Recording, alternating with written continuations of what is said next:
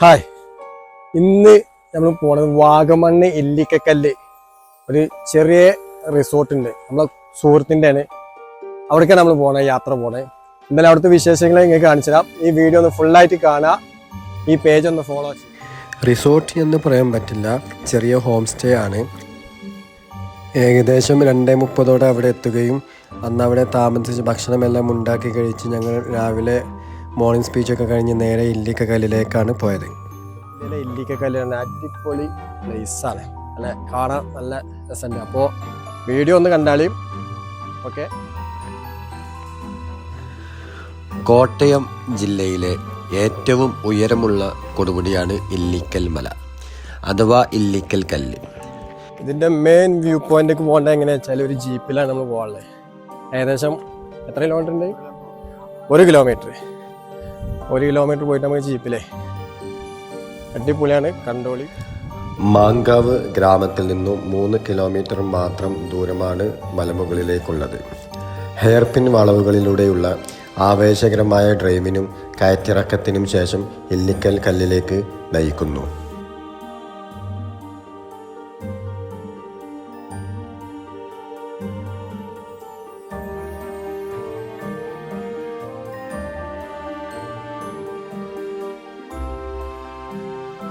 ഇല്ലിക്കൽ മലയുടെ താഴ്ഭാഗത്തായി ചെറിയ ചായ കച്ചവടക്കാരും ഉണ്ട്.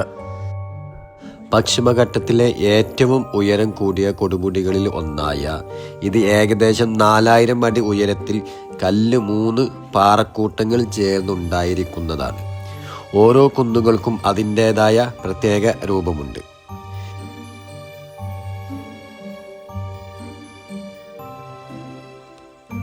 മീനച്ചിലാറിൻ്റെ ഉത്ഭവസ്ഥാനമായ ഈ കൊടുമുടി ഈരാറ്റുപേട്ടയ്ക്കടുത്ത് സ്ഥിതി ചെയ്യുന്നു. മീനച്ചിൽ താലൂക്കിലെ മുന്നിലാവ്, തലനാട് ഗ്രാമങ്ങൾക്ക് വളരെ അടുത്തായി സ്ഥിതി ചെയ്യുന്നത്. ഇതൊരു വിനോദസഞ്ചാര കേന്ദ്രവും കൂടിയാണ്.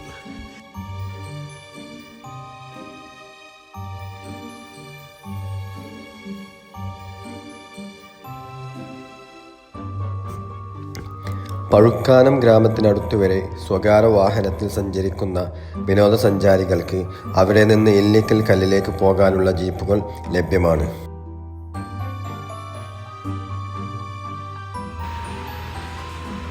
ഇല്ലിക്കൽ മലമുകളിലേക്ക് കയറാനുള്ള വഴി വളരെ ദുഷ്കരം നിറഞ്ഞതാണ്.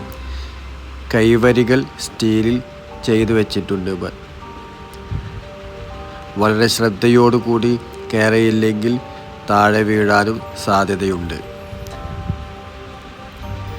ദുഷ്കരം നിറഞ്ഞ വഴിയിലൂടെ മുകളിൽ എത്തപ്പെട്ടാൽ വളരെ വ്യൂ പോയിന്റുകളും മനസ്സിന് കുളിർമയേകുന്ന നിമിഷങ്ങളുമാണ്.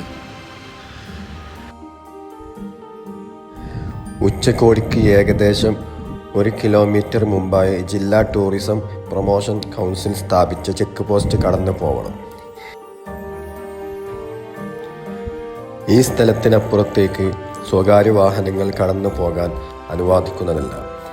തുടർന്ന് കാൽനടയായി കൊടുമുടിയിലേക്ക് നടന്നു പോകുകയോ അല്ലെങ്കിൽ ജില്ലാ ടൂറിസം പ്രൊമോഷൻ കൗൺസിൽ ലഭ്യമാക്കുന്ന ജീപ്പ് സഫാരികൾ ഉപയോഗിച്ചോ മലമുകളിലേക്ക് എത്താവുന്നതാണ്. ഇല്ലിക്കൽ മലയുടെ പ്രധാന പാറയുടെ പകുതി ഭാഗം അടർന്നു വീണതിനാൽ നേരത്തെയുണ്ടായിരുന്ന പാറയുടെ ഒരു പകുതി മാത്രമേ ഇപ്പോൾ അവശേഷിക്കുന്നുള്ളൂ. ഇവിടെ നിന്നും ഒഴുകിയെറിയുന്ന നിരവധി നീർച്ചാലുകളാണ് ക്രമേണ മീനച്ചിലാറായി മാറുന്നത്. ഈ കൊടുമുടിയുടെ മുകളിൽ ഐതിഹ്യങ്ങളിലെ നീലക്കൊടുവേലി ഉണ്ടെന്ന് പ്രാദേശികമായി ഒരു വിശ്വാസമുണ്ട്. കൊടുമുടിയുടെ മുകളിൽ നിന്നും അറബിക്കടൽ ഒരു നേർത്ത നീലരേഖ പോലെ കാണുമെന്ന് പറയപ്പെടുന്നു. കൂടാതെ കൊടുമുടിയുടെ മുകളിൽ നിന്നും കാണാവുന്ന ഉദയാസ്തമയം കണ്ണിന് ദൃശ്യാനുഭൂതി വളരെയേറെ പ്രാധാന്യം നൽകുന്ന ഒന്നാണ്. മലമുകളിൽ നിന്നും താഴേക്ക് നോക്കുമ്പോൾ ഫ്ലൈറ്റിൽ നിന്നും താഴേക്ക് നോക്കുന്ന അതേ ഫീലായിട്ടാണ് നമുക്ക് തോന്നുന്നത്. ജനങ്ങളെല്ലാം വളരെ ചെറുതായിട്ടാണ് നമുക്ക് ഫീൽ ചെയ്യുന്നത്. വളരെ ഭംഗിയും വളരെ മനസ്സുഖം കിട്ടുന്നതുമായ കാറ്റുകളുമാണ് അവിടെ ഉള്ളത്. തലനാട് വഴിയും അയ്യമ്പാറ വഴിയും ഇല്ലിക്കൽ കല്ലിലെത്താം. ഇല്ലിക്കൽ കല്ലിന് സമീപത്താണ് കിട്ടിക്കയം വെള്ളച്ചാട്ടം, ഇലവീഴ പൂഞ്ചിറ, വാഗമൺ എന്നീ വിനോദസഞ്ചാര കേന്ദ്രങ്ങളിൽ സ്ഥിതി ചെയ്യുന്നത്.